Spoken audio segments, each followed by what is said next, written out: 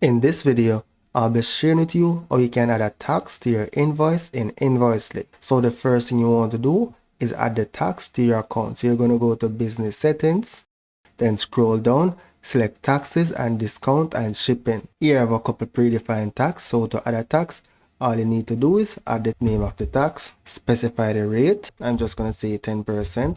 So you have to ensure that you put the percentage sign and then select save changes. So let's go to an existing invoice. Let's edit this one here. Now let's scroll down and you can see that I have a 15% tax here. So let me edit the invoice. So scroll down towards the end. Here where it says tax, you're going to select it. And then from the drop down, you can choose the desired tax that you want to apply to your invoice. And that's basically it.